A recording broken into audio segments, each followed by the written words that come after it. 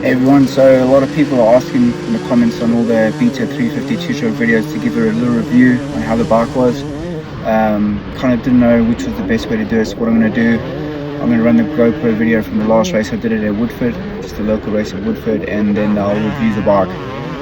So just talk about what I did step by step, what I liked about the bike, anything I didn't like about the bike, so just played in the background of the video so you guys can watch the racing and have a little listen as well. So I'll take you through, I think I rode the bike about 5 or 6 times in the end. Started off at Apex, just running it in on the Thursday before the first race I did at Cullum, and first impression was I really enjoyed the bike. Power was nice and smooth, bike handled really good, the suspension was nice and soft, which I really like. And biggest thing was the bottom end. It kind of felt like very 4-strokey, like third gear, a lot of torque off the bottom. And then one of the things I really liked about it was how much the bike over revved. Normally when the bikes get big like that, you lose a lot of over rev and everything's shifting gears and you got to rely on the torque of the motor. With that bike really revved on really nice, which made it very easy to ride because you could just hold the gear for quite a long time. So really liked the bike the first day. We had, I think I said one of the only negative things was that noise every time I landed, and that turned out it was just the front wheel catching the fender. So all you have to do is trim the bottom of the fender a little bit, and then that sorts that noise out. It's quite an aggressive noise, it's a weird noise, like anyone that's ridden one will understand.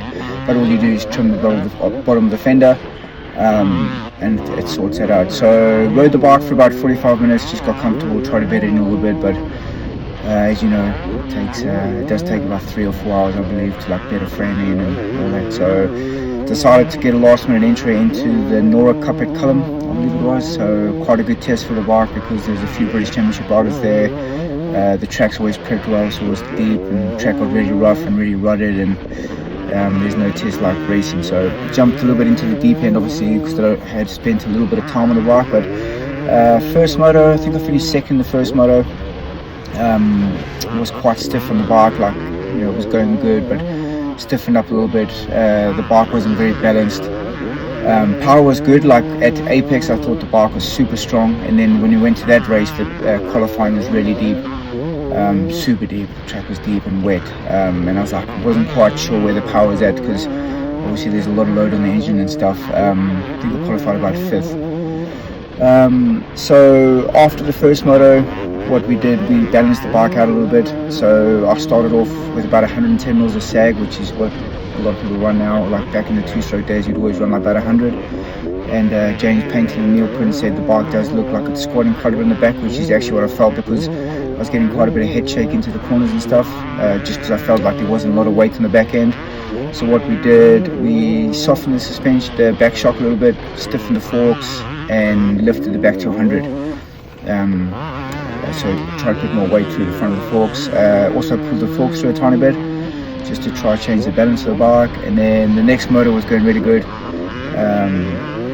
One thing that happened was I ran out. No, sorry, that motor wasn't. I had a goggle problem on the first lap. I pulled in for new goggles, and then I just followed the leader the whole time. And I believe he went on to get like, I don't know, top 10 at the British Championship the following weekend. So it just shows you the pace of the bike was good, because I could literally ride behind him, actually passed him and then let him back. So speed was good in that. And then the next race the next day, so felt a lot more comfortable on the bike in that one. Next day went back again and was lying second in the first moto, good battle. And then the last lap we ran out of fuel, so I don't quite know. That's one thing, the bike does use a lot of fuel, so if you're racing it, just make sure you fill it up. I filled, because I thought it had a bigger tank, I think I must have filled it up to 3/4 tank, and yeah, literally ran out on the last lap. So but my feeling was way better the next day. I don't know if the frame had settled down a little bit, or the changes that we made had helped, but really enjoyed riding the bike the next day.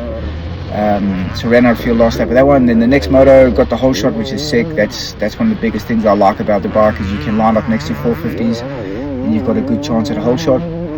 So managed to whole shot that one. And then where we were messing about with the fuel and stuff, we didn't put the pipe on the fuel cap properly, and straight away the first lap was just loads of fuel coming out, and I was like, I don't want to run out of fuel again. So I had to slow down, put the pipe back on, and came from about, I don't know, 8th or 9th back to, I believe, 4th in that one. It was a good battle for second. So speed was good, track was super rough, and racing with 450s, wasn't losing anything going down the straights, and bike handled well, like for a bike out the crate, no suspension, testing literally the settings that were in it. I was pretty stoked in that, so I was quite happy with it. The amount of people that came by and spoke about the bike was unreal, even all the social media stuff, I think everyone's quite excited about it.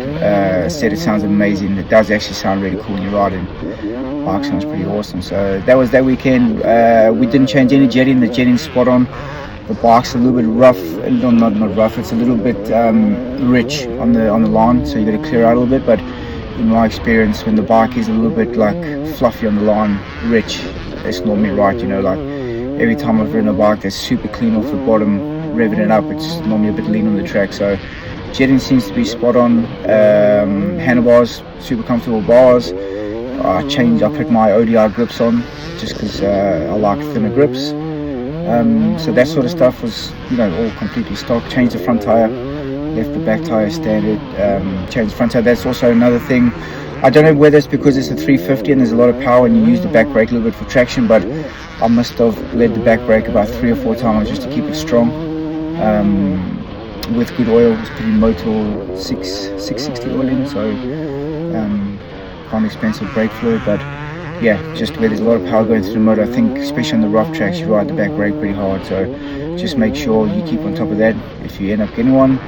And then the last time I ended up riding it was last weekend at Woodford, and I loved it. It was just so cool. Like, I was riding so good, bike had a flow, won most of the races I did in it, whole shot most of the races I did in it. And yeah, just the way the bike rides, the suspension, for me, I've always liked soft suspension. The forks and the shock are quite soft, and it just corners really well. You just, with a little bit of feed of the front brake, the bike really dives in nicely into the turns and very manageable. That's one thing I really like about it. You can really push the front end hard on this bike, which is cool. So yeah, I've got a great vibe. Again, everyone coming around saying how cool the bike looked.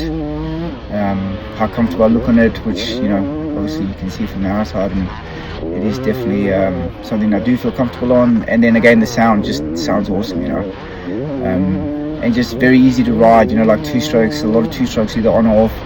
It's very hard, even on the modern 2-strokes. The Yams not so much, but if you have like a Honda or Suzuki or something like that, you got to ride the clutch a lot to kind of keep the bike singing. Where this is absolutely not like that.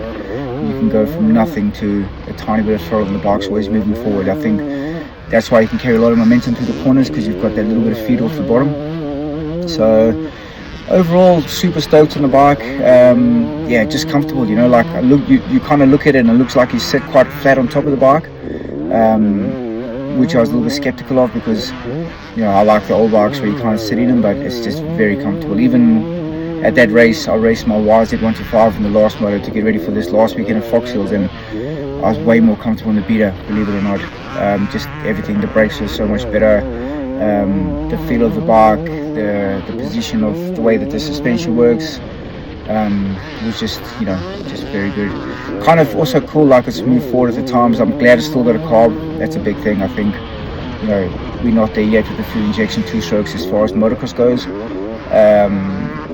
Just it's got a lot of cool things as well. The shape's different, quick release seat, so you can literally just press one button, get the seat off. Filter's easy to get to, again, just clip-in seat, clip-in side panel, so change the filters quite easily. And it's got everything you need. Again, bike straight out the crate, and you could race that to a decent level. I'd say between 8th and 20th in a British Championship at my age even. Like I was racing guys and being a bit of a guys that can run top 10, so it's not like you're buying a bike and having to buy suspension and